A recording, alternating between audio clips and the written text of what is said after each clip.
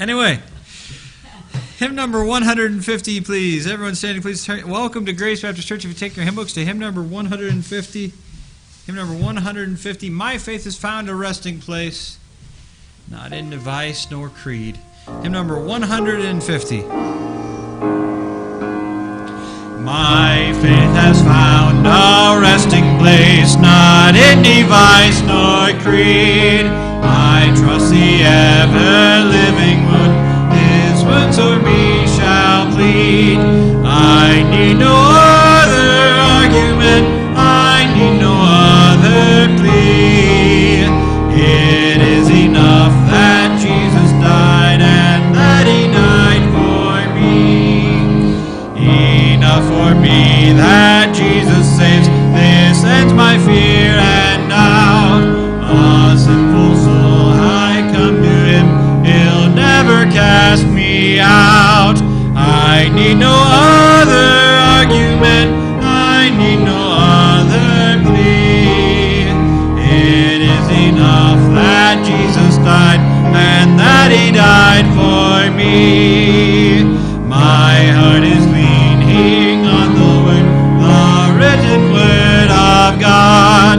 Salvation by my Savior's name, salvation through his blood. I need no other argument, I need no other plea. It is enough that Jesus died and that he died for me. My great physician heals the sick, the lost he came to save. For me his precious blood he shed, for me his life he gave.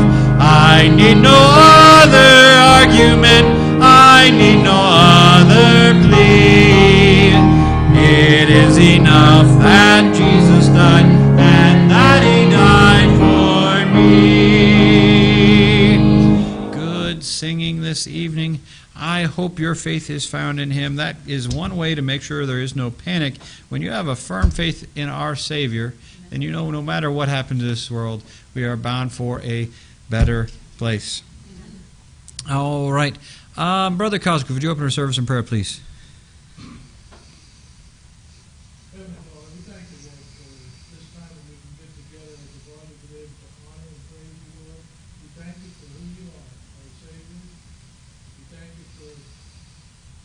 the door to heaven. We pray tonight that you be here, Lord, as we take it to our hearts. And thank you for giving us safety as we came. In Jesus' name, I pray. Man, you may be seated. I read something today. A friend reminded on Facebook that we hear a lot that we are prepared for such a day as this. Who knoweth whether thou art coming into the kingdom for such a day as this? Referring, of course, to Esther, and we like to think of this that we are here for this time and for this period. But how many Christians are prepared for the part where it says, if we perish, we perish?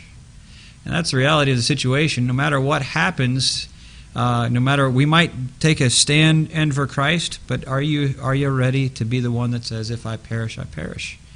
And that's honestly where a Christian has to be willing to be.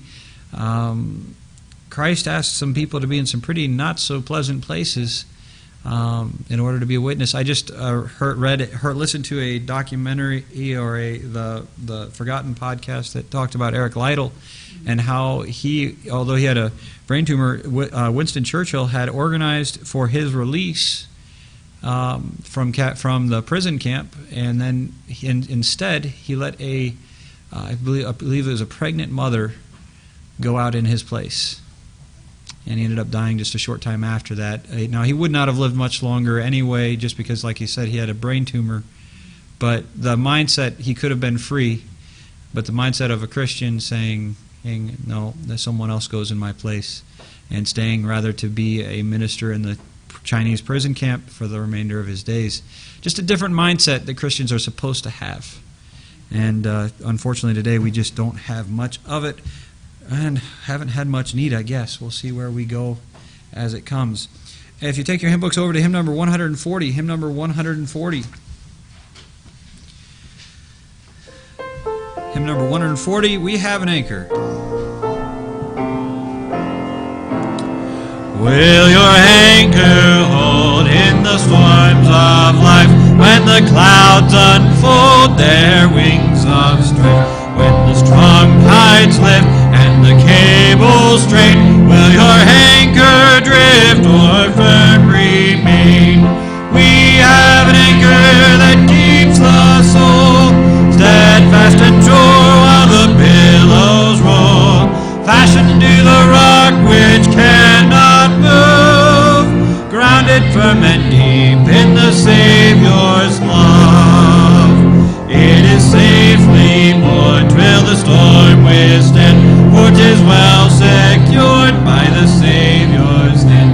Though the tempest rage and the wild winds blow, not an angry wave shall our bark o'erflow. We have an anchor that keeps the soul steadfast and sure while the billows roll, fastened to the rock which cannot move, grounded firm and deep in the Savior's love. When our eyes behold through the gathering night the city of gold, our harbor bright, we shall anchor fast by the heavenly shore, when the storms all past forevermore. We have an anchor that keeps the soul steadfast and sure while the billows roll, fastened to the rock which cannot move, grounded firm and deep in the Savior's love. Amen. Pastor. Amen. When Daniel talks about Eric Liddell, or Liddell, depends who's pronouncing it. Some of you may not know who he's referring to. How many of you know what the movie The Chariots of Fire is about? Chariots of Fire, huh? Yeah. Yeah. Chariots of Fire was a movie put out and did a pretty good job of describing the events of an English man who was running, who had a strange style. His arms would flail. He would have his head back, and he would be leaning back instead of front. So he did everything, it seemed wrong, but except break records. And he got to the Olympics, and he found out that his event, which I believe is one lap, 100-yard dash was his. No, He was full track. one lap, 4:40. He ended up running with Yeah. And anyway, he gets to the Olympics and he finds out that his event is on a Sunday and he will not run on Sunday. He believes that's the Lord's Day. He had one of the representatives from the American side, or from the English side, say the Sabbath ends at noon, and he says, well, mine lasts all day. You know, I mean, it's funny how people try to justify getting around things. Anyway, the story ends with him. He doesn't run his country's furious at him. Here you go to the Olympics and you don't run for your country. You're thinking about yourself. No, he's thinking about his God. And so he ends up running another race, which is he's not even expected to win in the top 3. And he wins that race. And he said the only way, because he's a sprinter, they thought the only way he would run that is full tilt. And he would never have the stamina to run the whole thing all the way. And he did. And he wins that wins that race. And so he still is esteemed high. And there's a lot more to the story. But what most people don't know, that to him was not the highlight of his life. He becomes a missionary. And there's things prior to that happened to him as well. But he becomes a missionary in China. And then the Japanese invade China and torture the Chinese people and treat them very badly. He becomes interned with them and becomes a Japanese prisoner of war in China. And he had opportunity. As they saw that happening, he sent his wife and 2 children, and she was expecting their 3rd child. He sent them back to England for their protection.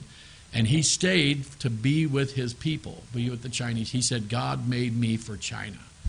And you got to love that attitude. And so anyway, he ends up dying. Daniel talked about his time of internment. Winston Churchill worked for his release, and instead of him going, he had a woman that was pregnant released instead. And just remarkable. But he's on the series Forgotten, and what Forgotten is about people that have served God faithfully that nobody's ever heard of. Well, we've heard of Eric Liddell, so when he brought up Eric Liddell, it's like, he says not many people can say they've had a movie made about their life and be forgotten, but most people don't even know he was a missionary in China and ended up dying there, serving the Lord. So great thought there. Okay, I didn't want that to just go over your head. Yes, sir? You were right. He was a sprinter, and he ended up having to do 1 lap, and he did it at a full sprint. Now, you just don't do that. Not if you want to walk the day after. But anyway, all right, let's get to the Bible. Let's get to good stuff. 1 Samuel chapter 28. 1 Samuel chapter 28. I have a question that was sent in through text, and I want to try to answer this question. 1 Samuel chapter 28, and basically the verses 1 through 25 were the ones that were listed, but really the meat of it happens in verses 3 through 12, and that's where the crux of the issue is. But I want to back up to verse 1 so because you have to understand where Saul is spiritually. You have to understand that God has already removed the kingdom from him in principle, but it had not happened yet in practice, in day-to-day living. Chapter 28, 1 Samuel, verse 1 says, And it came to pass in those days that the Philistines gathered their armies together for wherefore to fight with Israel. And Achish, now this is when David has fled from Saul, living amongst the Philistines, and he acts as if he is on the side of the Philistines, and Achish wants him to go to fight against Israel. All right. Achish said unto David, Know ye assuredly that thou shalt go out with me to battle, thou and thy men. And David said to Achish, Surely thou shalt know what thy servant can do. Now, that's one of those kind of political answers. He doesn't really answer. He says, you know what I can do. He didn't say, I will do it. I'm going to go fight against Israel. He says, you know what I can do. All right. Therefore will I make thee keeper of mine head forever. And Achish said to David. Now verse 3. Now Samuel was dead. This is also important to this story. Samuel has died. And all Israel had lamented him and buried him in Ramah, even in his own city. And Saul had put away those that had familiar spirits and the wizards out of the land. So Saul ridded the land of wizards, sorcerers, those that could divine things through satanic means. Verse 4. And the Philistines gathered themselves together and came and pitched in Shunem. And Saul gathered all Israel together and they pitched in Gilboa. So they're preparing for a battle. Saul and the Philistines are preparing for a battle. Verse 5, and when Saul saw the host of the Philistines, he was afraid, and his heart greatly trembled. He's the king, but he sees the enemy and the power that they seem to have, and he's afraid. So what do you do when you're afraid? What time I am afraid, I will trust in thee. That's David. All right, so time you're afraid, you trust in the Lord. Verse 6, and when Saul inquired of the Lord, notice this, he inquired of the Lord. The Lord answered him not, neither by dreams, nor by Urim, nor by the prophets. God is silent to Saul. Why is God silent to Saul? First of all, Samuel's dead. Saul has already been told by Samuel that the kingdom has been rent from him because of his disobedience and lack of submission to God. His heart was not with God. So what does Saul do? He's not getting an answer from God. What should you do when you don't get an answer from God? What do you do? The answer, nothing. You don't do anything without God. God doesn't answer, you just keep doing what you've been doing, but don't go beyond what you already know, what you're uncertain about. That's not what Saul did. Verse 7, then said Saul unto his servants, seek me a woman that hath a familiar spirit. Now what does that mean? Okay, we call her a witch. If she has a familiar spirit, that means she is foretelling or speaking to the dead, what the world would classify speaking to the dead. She's actually speaking to demonic spirits. Just want to clarify, there is no such thing as ghosts as the world defines them. The world defines a ghost as somebody who dies and their spirit haunts people around the world. If you've ever heard about haunted houses, they want to say that's a ghost that is haunting that place. That is not what that is. When a person dies, they're either in the presence of the Lord or in hell. Their spirit is there. All right?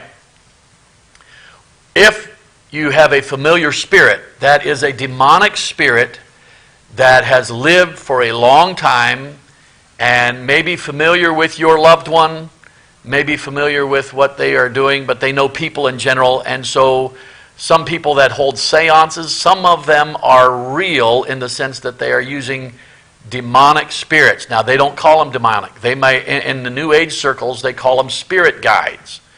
In sorcery or in the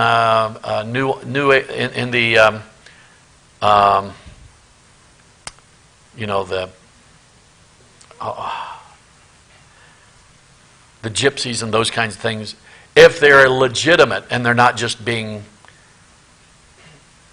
illusionists, they're using demonic forces. Okay, devils, better spoken. All right, devils. So he inquires, or he sends servants seeking a woman who hath a familiar spirit. So he's wanting contact with demonic forces, that I may go to her and inquire of her. And his servant said to him, behold, there is a woman that hath a familiar spirit at Endor. And Saul disguised himself and put on other raiment. And you have to understand, why did Saul disguise himself? One, he has gotten rid of the wizards, the witches, and those kinds of things. So if they know who he is, they're going to be fearful of him, and they're not going to get what he wants. So he disguises himself and put on. And let me say this: when the Bible, I'm just giving this as this comes out, but when the Bible talks about people that disguise themselves, Ahab did that because he didn't want to be killed as the king of was it Ahab? Jehoshaphat. Jehoshaphat did that. No. Jehoshaphat had an affinity with Ahab. I was right the first time. Ahab disguises himself because he doesn't want to look like a king, and so the enemy seeks after Jehoshaphat. Okay? Saul disguises himself. If you have to disguise yourself, you're probably doing the wrong thing. If you have to try to hide and try to disguise your actions, most likely you're doing the wrong thing. Let me just throw that in. That's all free.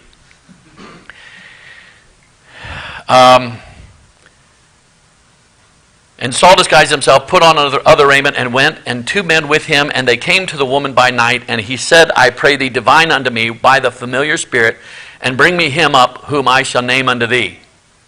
Now that's kind of a creepy thing. I want you to bring somebody. I need to talk to somebody. Who does he want to talk to? Samuel. He can't hear from God.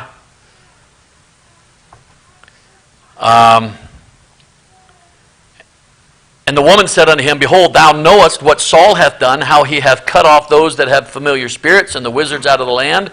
Wherefore then layest thou a snare for my life to cause me to die? She says, Saul's been killing witches and sorcerers and putting them out of the land, getting rid of them. You're putting my life at jeopardy. Notice what he says.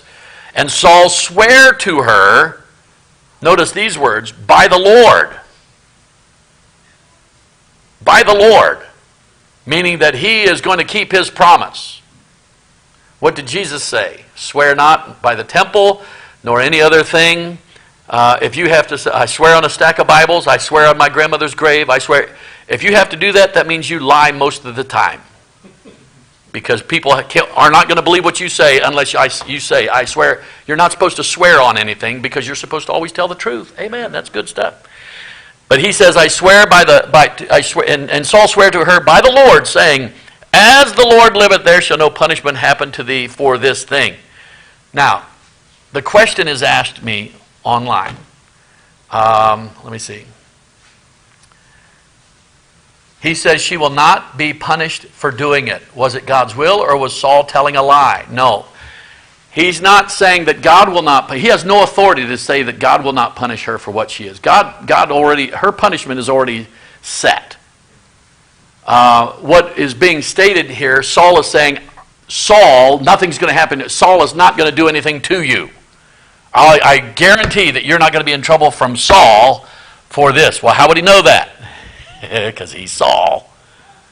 Okay? So he's saying Saul is not going to bring punishment upon you. We're not going to let you be hurt by Saul. So this is not about God approving. But it's amazing to me in this story what happens. Verse 11, Then said the woman, Whom shall I bring up unto thee? And he said, Bring me up Samuel. Now her ears just perked up. Why would you want Samuel? Yeah. And when the woman saw Samuel, she cried with a loud voice, and the woman spake to Saul, saying, Why hast thou deceived me? For thou art Saul. So now a lot of things are happening here. One, you don't go to witches. You don't go to those who speak to the dead, who sorcery things, and things like that. If God is silent to you, what you need to be concerned with is, why is God silent to me? Why is God being silent? What am I doing that is offending God where he does not want to tell me what direction I'm supposed to go? That's what Saul should have been doing, and he did not do that. Okay, so the question was Saul lying? No, Saul was promising her protection from Saul. He could do that because he is Saul. She doesn't know he's Saul at the time, and so he offers protection from Saul. And then when she realizes that Samuel is coming, she is fully aware this is not a normal sorcery thing that's going on here. And there's a lot more to the story. But this is, again, he's coming up, and this goes back to the paradise. Where is paradise? Today thou shalt be with me in paradise. This was in the heart of the earth. In the Old Testament, hell would be classified the place of the departed. So when you died, you went to hell. One side was for punishment, the other side was paradise. And then when Christ descended, according to Ephesians, he descended, he preached to the captives, he led captivity captive, and paradise is now in heaven, and hell, according to Isaiah, I want to say 28, but I'm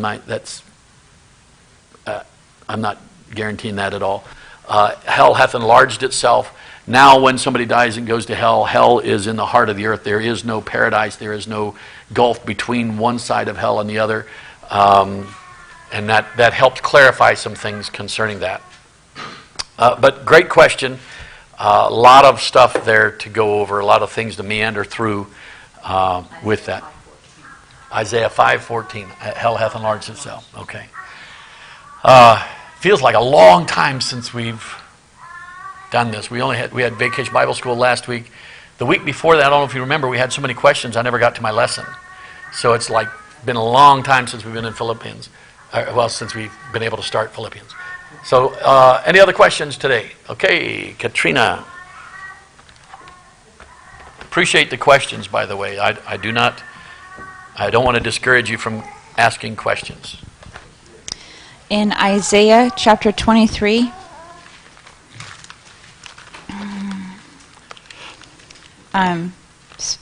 verses 16, 17, and 18, they kind of all go together,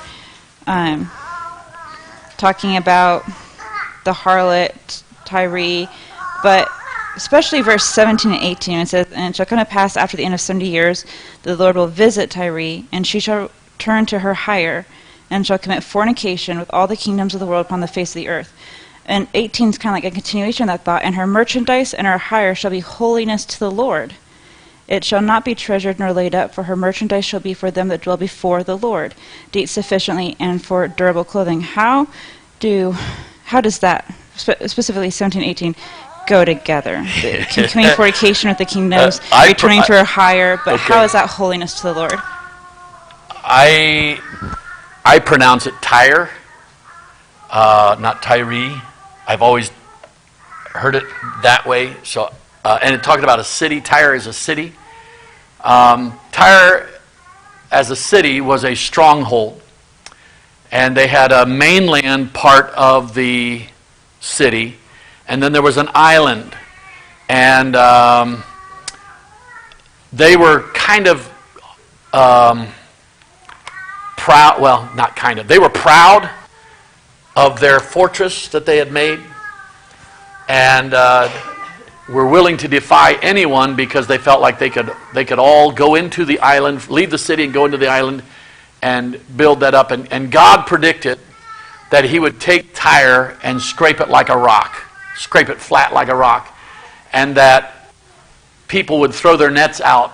I mean, it would become such a place, instead of a bustling city, would be a place where people would fish. So, a restful place, but not by any means what they were known to be for.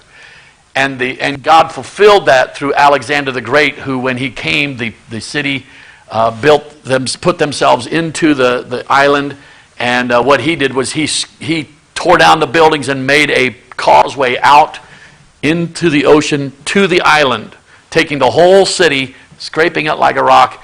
And years after that, it was an astonishment that it's kind of like what we're looking at America. If America falls in 2020, the world would look at that and say, man, for 200 and some years they stood as the fortress of independence, and now they are no longer. It would be that kind of a thing. So when people would come to Tyre, they would see an amazing thing. It was a constant reminder to them, don't become too proud in yourself. So in that sense, I think what he's talking about here then, what they became was a means for God to be glorified, that no man can protect himself from God in his fury if he desires for their fall. And I think that's kind of what this is, because this is the burden of Tyre in verses 1. And he says, for it is laid waste so that there is no house, no entering in from the land of Chittim. And this would be like looking at Las Vegas and say, no house? There's all these houses. Who would believe such a thing? And then it's all gone. And so people see that, and it becomes a monument to God's power, that he could destroy a people who are so proud of themselves and thought of themselves as being invincible. And so in that way people can acknowledge God through their downfall, through their waste.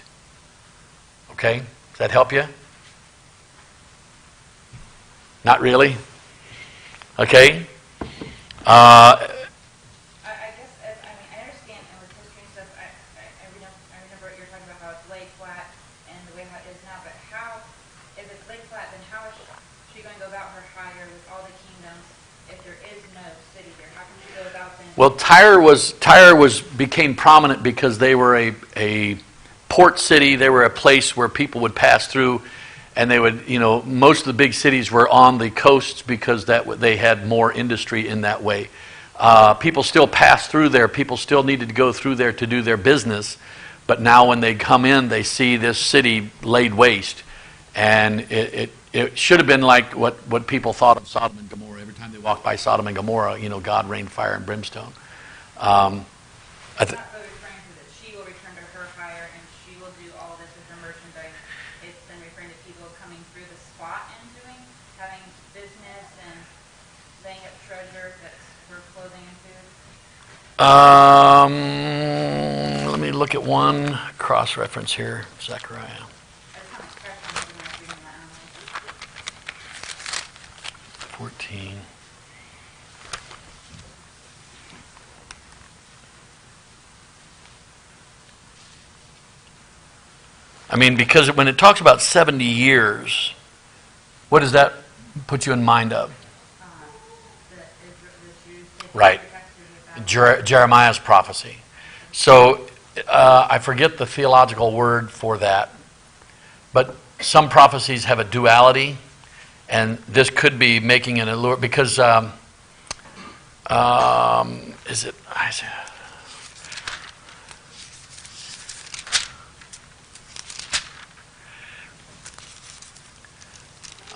Is it 7:14? No, 9:6. I've got a lot of things going on in my head right now. What the prophecy in Isaiah? There's Isaiah 7:14.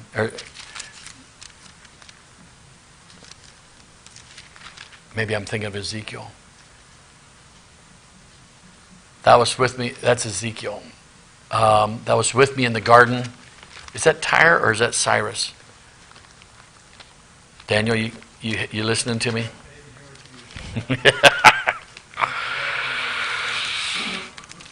Where is the passage where it refers to, that was with me in the garden? It's in Ezekiel.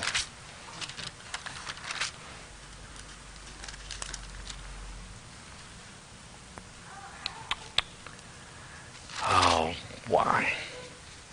Some days the brain doesn't get up out of bed. I want to say 14, no, that's not it.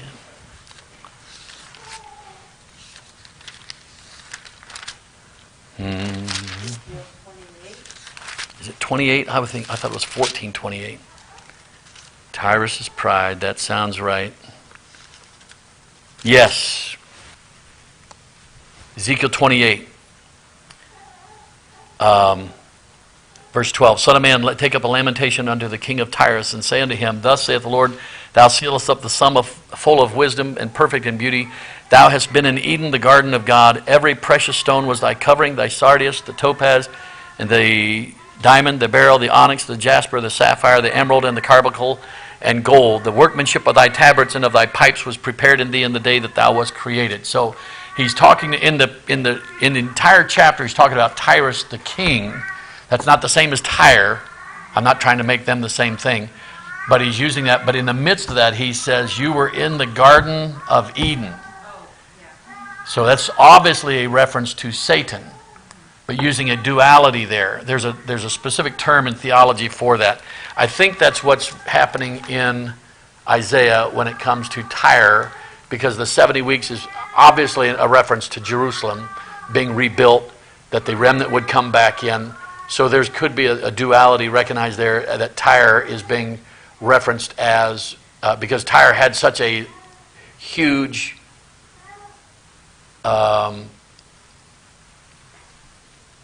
production at one time.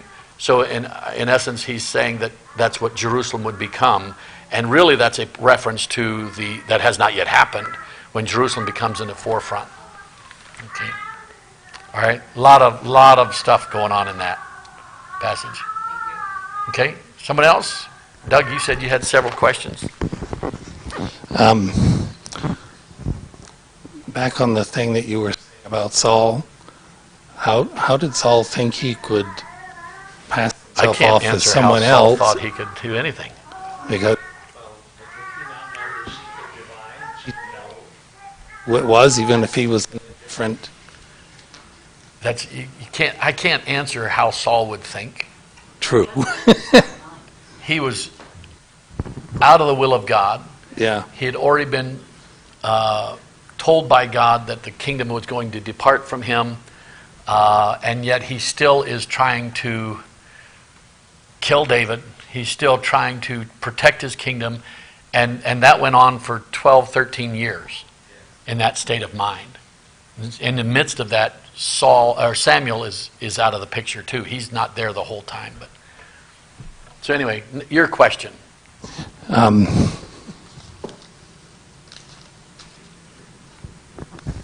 Romans chapter 8. Romans chapter 8. And verse 17. And if the children, then heirs, heirs of God, and joint heirs with Christ, if so be that we suffer with him, that we may be also glorified together. Mm-hmm. How are we glorified? We're supposed to live in a way that glorifies God, but how do we become glorified? Just, I don't want to be trite. I got to be careful.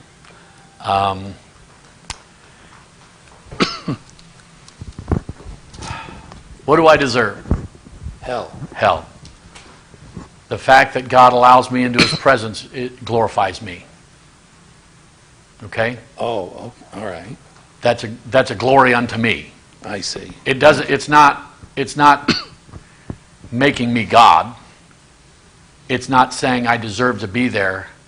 It's God showing his favor on me because I have placed my faith in him. I am trusting in him. So when he glorifies us, it's not because we are so deserving of that. It's because that's his nature, to glorify his children, to acknowledge to the fact that God knows the number of hairs on our head. God knows our needs before we ask. That's all a glorifying aspect to us of our adoption. That's what he's talking about, starting verse 15. Yeah. The adoption that we've received. We have now been made heirs together with Christ. And that's glorifying in and of itself. Mm-hmm. So he gives us a position of a child as if we're the Son of God. We are children of God. Jesus is the only begotten, but we are adopted into the family. Therefore, we have the inheritance together with Christ. Heirs together with Christ. Okay. And then Romans 14. Romans 14.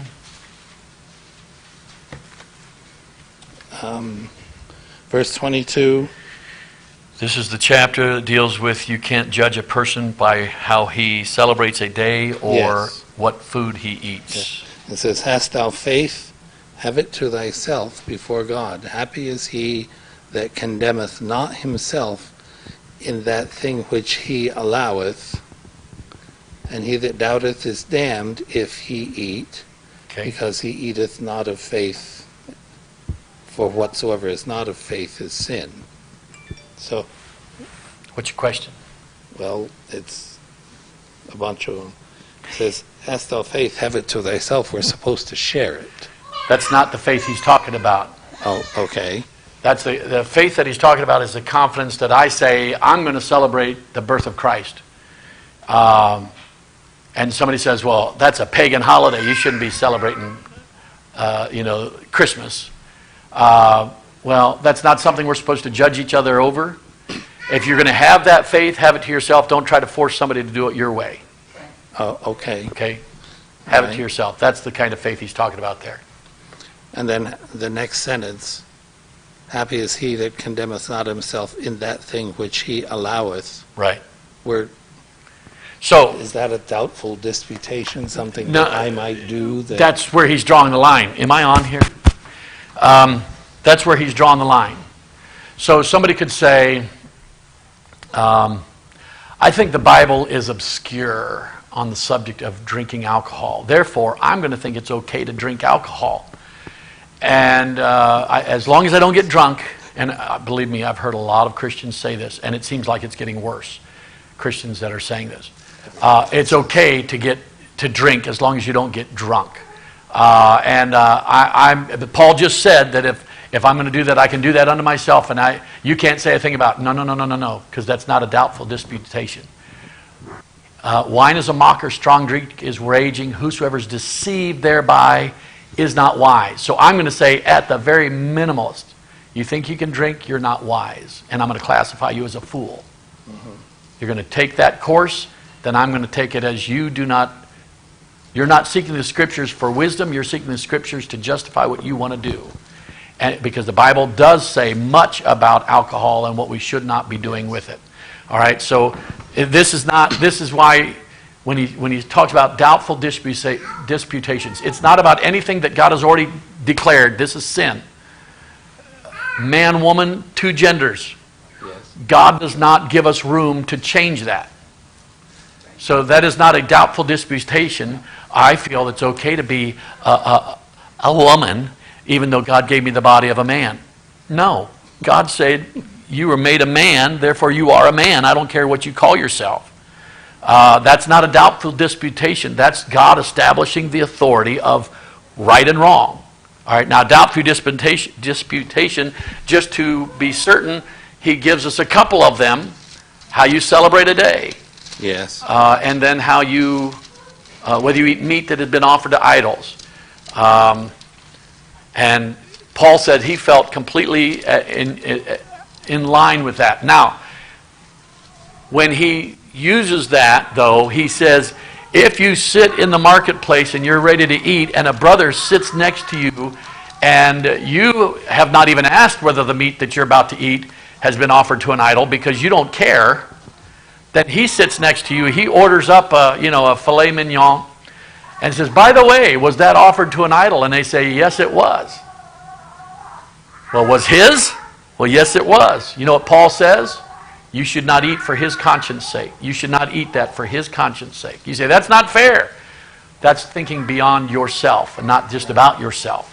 That's the way a Christian ought to look at that.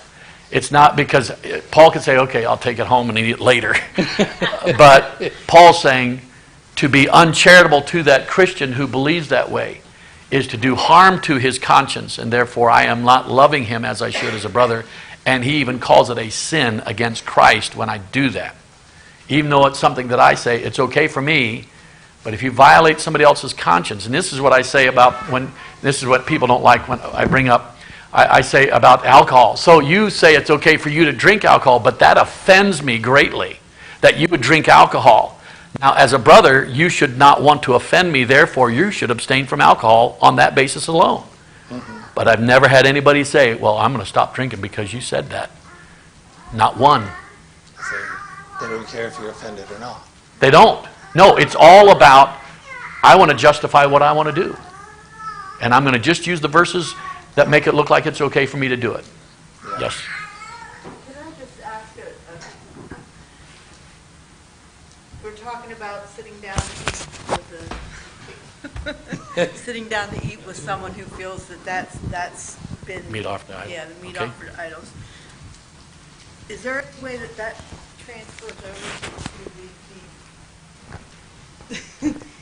to the way that some people do feel about celebrating Christmas or celebrating holidays? I mean, some people take great offense to that. Yes. And by celebrating, am I causing offense to them in their beliefs or their understanding of what God would have them do or have us all do? Well, he makes statement in the passage, you should not judge a brother how they celebrate their way. Now, if somebody knows that I celebrate Christmas and they're against celebrating Christmas, probably not a good idea to come to my house in December. Right, but is it your responsibility to be low-key and not put it, I mean, just... I think I talking bear from the some side responsibility there. I shouldn't try to flaunt it at them. I should have a meek spirit about it. To me, we had somebody offended because we had a manger scene, and I made the manger scene, so I was vested into it. I made the manger scene. Somebody had a what do you call those? The figurines, the statues. No, the ones that you buy at Hallmark and things like that. Idols. Specifically, they were a kind of. Never mind. Nativity. Never mind. No. No. Willow. Oh, willow tree. Willow tree. Yeah. That's what I was looking for, okay? And they had a nice manger scene with their set that they wanted like $70 for. And I said, I can make a manger scene for $2 with scrap wood. And so I made a manger scene, and then we put some things together, and somebody was highly offended that we would have a baby Jesus because you're not supposed to make an image of God. I think that's a big stretch. I don't see anybody thinking we ought to bow down and pray to it, but to keep from offense, we removed it. And our first response, we removed the whole thing. I'm not here to offend people. And my thought was, we can have the manger scene and have no animals, just have a little bit of hay, have the wood that represents, and everybody knows what that's talking about. We don't have to have any figurines. And some people, no, if we can't have it all, we're not having it. Well, that's the wrong attitude too. So we are so easily offended because we think our way is right. Daniel? I also say the reason for that, those kind of standards, because they're weak. That's what the Bible says. It's because Did you just call me weak? That's what I heard. No. I understand what you're saying. you give way to sin, and so you're setting up a standard to keep you from sinning. That's the context of that statement. And so if it's causing you to sin, then you need to avoid it. Kind of Right. like putting, If I have a weakness from something from my past, I'm a fool to keep that weakness around my life, in my life. so the make the You know. brother stumble argument doesn't apply to Christmas. So, one of the songs that I love, that we never sing, I think it's beautiful. Praise God from whom all blessings flow. I could sing that all day long. But there are some people, you sing that in a Baptist church. I've done it many times. That is Catholic. Don't you know we used to sing that 40 times a week? No, I've never been in a Catholic service. Huh? Well, so some people from a background, and if they're highly offended, you have to be sensitive towards that offense. If somebody is used to it, they were into idol slaughtering, meats offered to idols. you would have to be very tender towards them, lest to cause offense. You're not going to, hey, we're going to have some sacrificed meat for after the service. We're just going to all have a big old weenie roast, you know. You're not going to do that if you want to maintain a relationship with those people. So you try to accommodate, but at the same time, they have to step our way. They have to understand where we are. They can't force us to follow their path just because that's what they have. And that's what people want. It's either my way or the highway, and if you can't do that, I'll go find a church that will do that. And that's why we have problems in churches. Is this going to help, Daniel, or am I going to regret this? Okay, go ahead. So, again, that weakness is the humility of I can't be around it. So Right. the position of you need to do what I do. That's already the wrong attitude. You're already just Correct. That's kind of what I was just saying. So Daniel's saying, for those that didn't hear that because we didn't have the mic back there, is somebody who has been from that background, and that's why he uses the meat offered to idols. They are very weak and easily offended in that area. So that is an acknowledgement of an area that is of they need strengthened in. What they need to do is seek to grow to a point where they recognize that idol that the meat was offered to doesn't exist except in the fabrication of their brain. That's the right way to escape those weaknesses, is come to growth and understand what the Bible says and seek to get to a place where it doesn't offend me. If somebody sings, praise God from whom all blessings, they don't get all offended and thrown into a tizzy. There ought to be Christian growth amongst us by growing and examining and saying, yes, I don't like this particular thing, but it's not sinful. Maybe I need to do some work in my life to figure out how I can accept somebody else's point of view that's not exactly like mine. I have to change to their point of view, but I have to be willing to say, I understand their point of view. For the sake of unity and having a right spirit with one another, because we are often too willing to just dismiss people out of the church because they don't agree with every little jot and tittle of my thinking. Well, I got news for you. I bet God doesn't agree with every jot and tittle of your thinking. If you have got to a place where you don't think you need to grow anymore, I feel sorry for you. Yeah. Because you're going to find one day you were wrong about a lot of things. And you wish you would have been more charitable to others just because they differed with you. Okay, then in that You have another? Oh. same sentence. We're still answering questions. Yes, we are. Where are we at? What book of the Bible? That same, happy is he that condemneth not himself in that thing which he alloweth. So, why can't I drink at home as long as I don't ever do it in public? Because Wait. I don't come to church immodest, but I might very well be in my home. One's a sin I guarantee and when one I isn't. take a shower, I'm immodest. Yes. But I don't take a shower out in the open.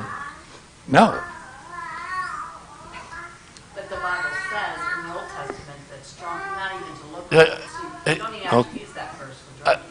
This is not about drinking. I use that as a bad example of somebody trying to use it as a doubtful disputation. The Bible is not doubtful when it comes to drink. Okay? It's talking about meat offered to idols.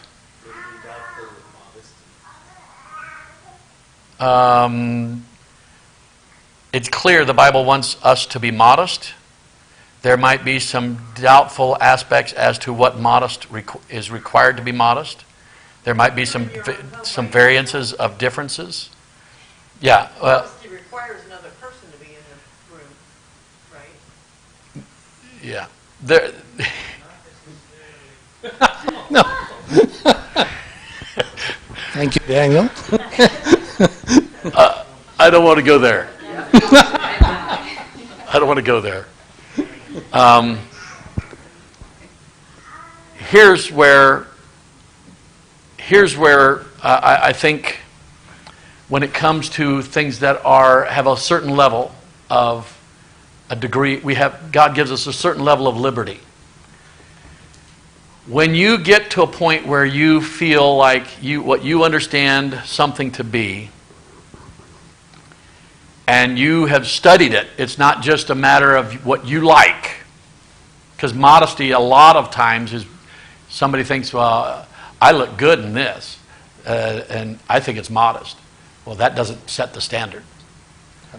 Modesty has as much to do with what another person can see. Totally different view. Today's culture, what an attire of a harlot is. Back then, they would have been fully modest. So the attire was something that drew the attention, to the fact that they were available.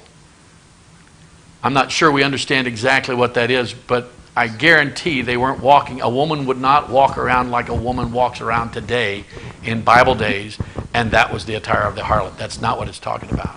It was probably the decorations that were on the wardrobe. Absolutely. Absolutely. The attitude behind it. The person's attitude with what they're wearing. And how she carries herself. The painted face. The painted face. You can overpaint your face. That's a problem that the world puts out there. Where you try to disguise or allure through things that are not natural. So anyway, we're getting way off base from the modest thing. It would be the way she carries herself. But what I was getting at, when you're trying to discern, and this is man or woman, when you're trying to discern what is right, you have to be utmostly concerned and careful that you and what you like is not the standard. Right. It's what does God approve. Okay. And that's what I have to learn to like and love. So when I stand before God, how modest do I want to be? I had with my wife, we talked about, when we got married, we had different standards than we do today. No question. We were not taught standards of dress growing up in our church.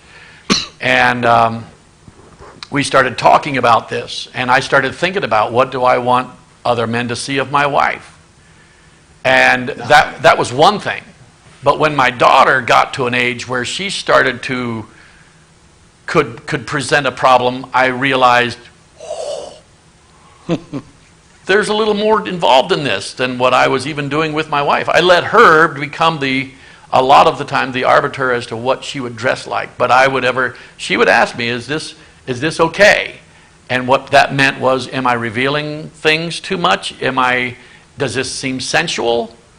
Is this seductive? Because outside of the home, she shouldn't wear things like that. Yeah. Okay? When my daughter gets involved, I've seen people dress their daughters in ways that are like, what are you thinking? They're not thinking. Don't you realize how boys are looking at your daughter, your granddaughter, your great-granddaughter? Don't you realize how guys... I asked fathers sometimes, when you went out with a girl before you were married, how did you think? What were you thinking about? And that's what that guy thinks about your daughter. Now how you want to send him out. How pure do you want her to come back home like? I'm telling you. And parents just don't think of these things? No. They don't. We didn't until our kids we didn't court. I'm sure somebody might have been courting in those days, but we were never taught courting. And so we did what the typical person did, but God protected us. But when we had our children, we started looking for, okay, what is the Bible way? And courting is different depending on who you talk to. So how do you define? And so what I'm trying to get at with all these things is, you have to study You have to open the Scriptures and let God show you what is right, not you go into the Scriptures to find something that makes you feel good about the way you do it. Right. Because that is a recipe for failure every time. Trying to look for a verse to excuse my behavior or how I want my family to be. It's much better to take a look and say, okay, what is the right way to raise my kids? Should I let the world set the standard? God forbid. And it becomes, the pressure on a parent to raise those kids in a way that is pleasing to God is very difficult today. Yeah. There were times when we couldn't find apparel. Now we have Christians going into business making apparel that is modest. My wife, my daughter, when they asked her to be a lifeguard, my idea of a lifeguard is the world's idea of a lifeguard. I grew up like that. How's my daughter going to be a lifeguard? I see her running across the beach. Not my daughter. And so we talked about this, and Joyce talked to, I think, Mrs. Crone, and said, where can she get a modest bathing suit? My mind flashes back to the 40s when the women wore those, big hoochie things. And I'm like, what is a modest bathing suit?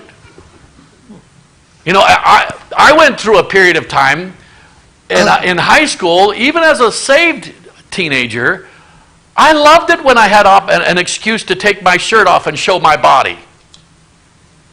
I wouldn't want to do it today. But in high school, I liked doing that. And God convicted me about that. Not anybody else, not my pastor, not anybody. God convicted me about that. Why is it okay for me to take off my shirt and it's wrong for a woman? So I had to ask myself, what does it mean to be modest as a guy? And so we forbid our boys from taking off their shirts. When they go swimming, wear your shirt. And then we started going to camp. And the first 2 years that we went to camp, they had a lake that we went to. And the boys swam separately from the girls. And the guys took off their shirts. And I kept my shirt on. And I think I don't know if my kids went swimming. I don't know if it bothered them to see the boys without shirts. And then the camp changed the rule. Guys, you have to wear a shirt. And I'm like, I can't believe it. They thought the same way that I did. Praise the Lord. And I thought that's the only way I could think of to keep from a stumbling block.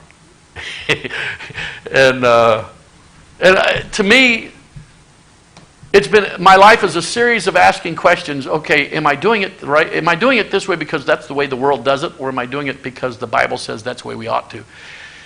And I think you ought to put yourself into a mode where you're going to, I want to study the Bible. And ladies, you can talk to Joyce. Men, you can talk to me. We can give you information that talks about, and not that we agree with every bit of information that we've ever read about it. There's some people that have a good grasp of this. There's some people that teach it in a very wrong way. We think it's really a matter of the heart. Not the standard as much as it is, if you will determine, I want to please God, God will get you to a place where you're going to look and act the way you know pleases Him. Didn't you think that your body pleased God when you went without a shirt? No. Oh, okay. That's why I was under conviction. I see. But maybe someone else is. My preacher never preached against guys taking off their shirts. Never. I was under conviction. So maybe something never mattered to him? Or I don't his think family? he ever took off his shirt. I don't think it was an issue to him.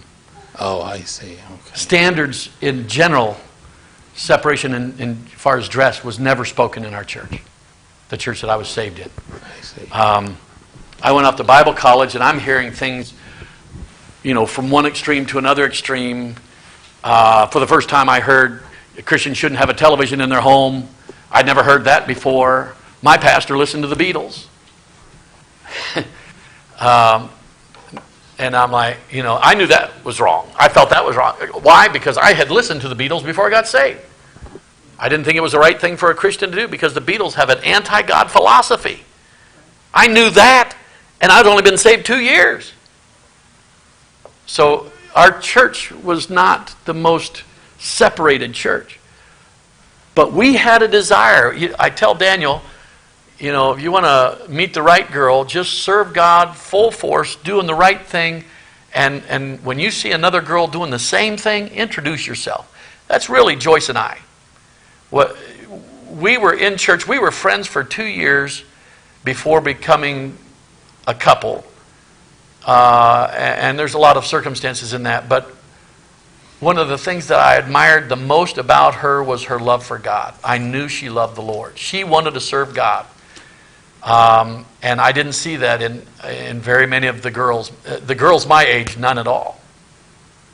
They were just like the world, running around. They wanted the same thing the girls that were lost wanted. But Joyce, I could see in her a desire for something different. She wanted to serve God. That appealed to me more than anything else about her. And so in essence, that's what we did. We looked around lamenting that there was nobody in the youth group to date. And so we looked at you and said, well, you want to give this a try? I mean, it wasn't quite that bad, but it was pretty close to that. You think we maybe, because I'd heard her say she wasn't going to date anybody younger than her again. Okay, so I thought I was out of the running. So how did we get on that? Modesty. I'm just trying to be real. I think when you get into doubtful disputations, where you come out will be based on what your heart is, how much you want to serve God. Now the problem arises, even in a very separated church like we are, you have people, families, whatever, that are at different levels of Christian maturity. And that's they why raise their children based that's on why that. in a doubtful disputation you don't judge somebody about where they are. Yeah, but because if their heart is the right thing, they're not going to stay where they are right now. Pretty soon they're going to go to another point. Right. And they're going to keep growing to another point. And they're going to grow to another point. And it's all in a process. Joyce and I are not the same Christians we were when we got married. And that has affected us in numerous ways and then affects our children and protects us today in a way that is far different than what we knew about God when we first got married.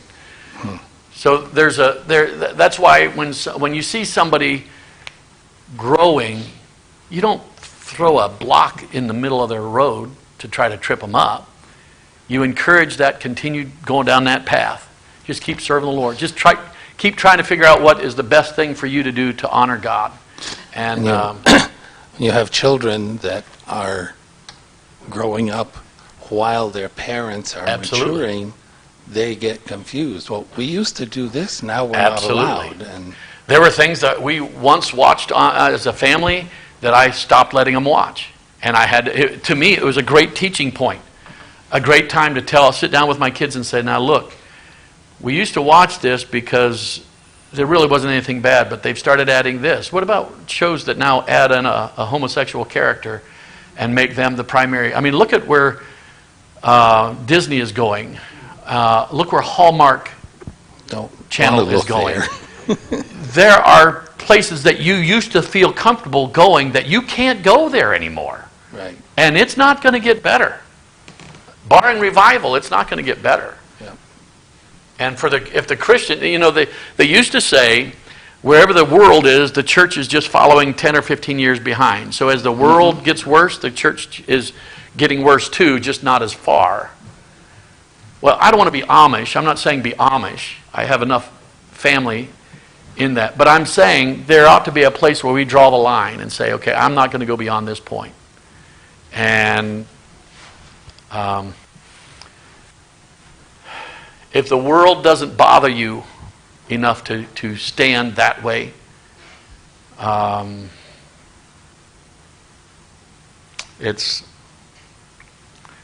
you know who the biggest hindrance to our separating our lives from the world was? family members that were Christians that thought we were going way too far. Oh, you don't have to do that. They were the biggest hindrance.